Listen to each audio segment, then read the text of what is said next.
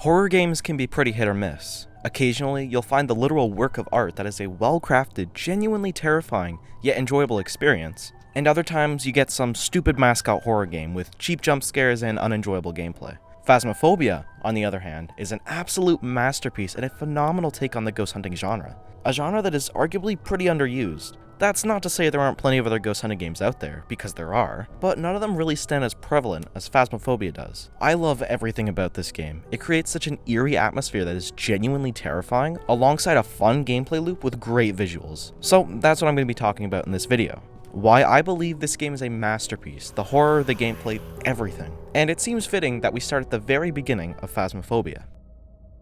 Developed by Kinetic Games and released on September 18, 2020, Phasmophobia was an overnight success, with thousands of positive reviews flooding in. The game was originally intended to be a strictly VR experience, and was created due to the lack of ghost hunting games for virtual reality. But somewhere during development, the plans were shifted slightly, and proper PC support was introduced. This was a smart decision, as the reach on VR isn't nearly as wide as the PC market, and it's likely the game wouldn't be in its current position had it not been available for PC users on day one. The game has a pretty simple concept on the surface. You and your friends are ghost hunters, searching areas that have received reports of paranormal activity. Using real-life ghost hunting equipment, it's your job to strategically position the equipment and start gathering evidence to determine the type of ghost. Once you've got everything you need, you check off the ghost and head back to the van. In action, however, Phasmophobia is a very difficult game and requires a lot of strategy and general knowledge about the mechanics in order to be successful. The game is very in-depth, and you're going to need to learn the specifics of what to look out for each type of ghost. Every single one of the possible 24 ghosts has unique evidence and unique abilities. When you walk through that front entrance of an area, you don't know what you're getting yourself into.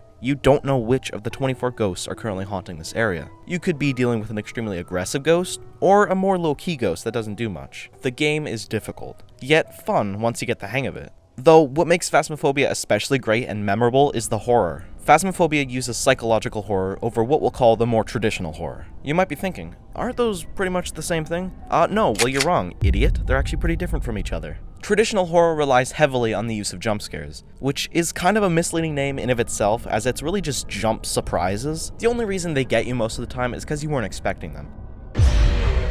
It's not a very fair form of horror, and it's just a lazier way to make things scary. Then you've got games like Five Nights at Freddy's, Mortuary Assistant, Silent Hill, and others that are much scarier than the majority of horror games. And that's because they all share one thing in common: psychological horror.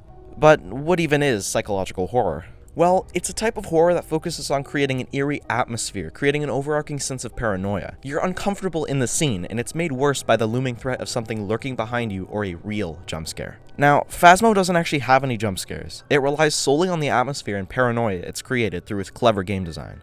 And that's all it needs. Phasmo uses its psychological horror so well that jump scares are really just unnecessary. I'm not going to go around saying it's 100% perfect, but it is very close. If you're a new player, the game is absolutely terrifying, and it's almost 10 times worse if you do it solo. If you've played a bunch, the game does eventually get less scary as you start to understand the mechanics of events and hunts, and you'll learn the strategy of looping the ghost around a piece of furniture, almost eliminating the threat of being killed and resulting in the ghost losing some of its scare factor. But regardless of how much you play, the game will still have that horror that will always get you. That said, the main complaints about the horror in Phasmo are also set to be fixed in the coming updates. Now, of course, a game can be terrifying, but if the gameplay is boring and uninspired, it can quickly ruin the player's experience. Luckily, Phasmophobia isn't just great in its horror. The main gameplay loop is also really enjoyable and doesn't get mundane. Having multiple different difficulties, including a custom mode where the player can customize the gameplay however they want, 12 unique maps to play on, tons of different ghost hunting equipment, a leveling system, daily and weekly quests, holiday events, with much more planned later down the line, the game never has a dull moment. Each and every round is a slightly different experience, as each ghost has many different abilities and a unique AI. What worked the previous round to uncover the ghost is likely going to need to be switched up a little bit or completely different in the following rounds. The game also has many different methods of gathering evidence, with a number of different types of ghost hunting equipment. Some of this equipment is kept behind a level up barrier, but you'll start off with the essential tier 1 items.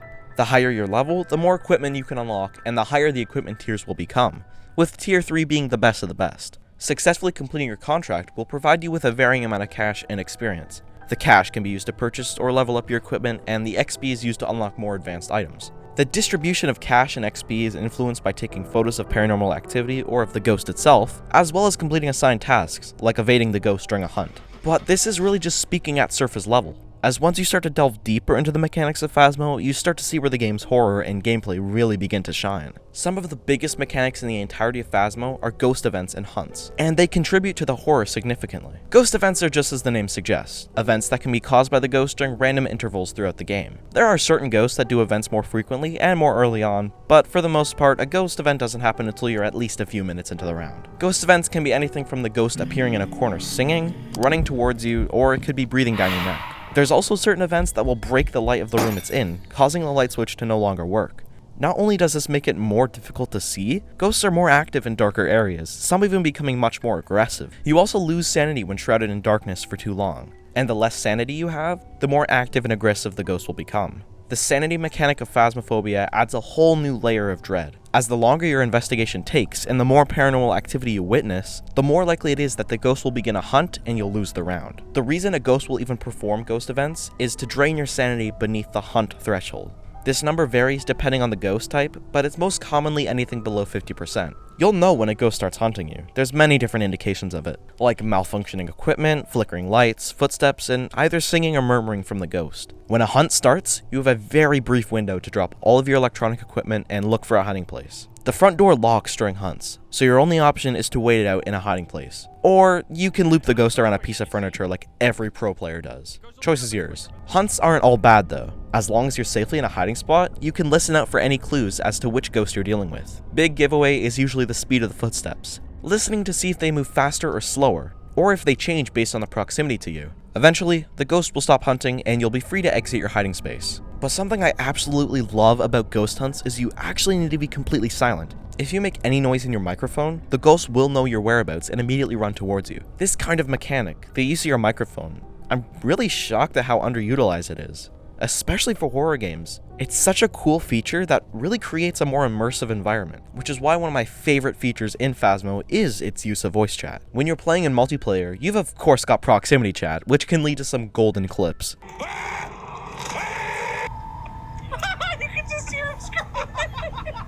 But the game itself also uses voice chat for its mechanics. You've got spirit boxes, in which case you'll literally need to ask it questions with your microphone and wait for a response. Why are you here? Left hurt.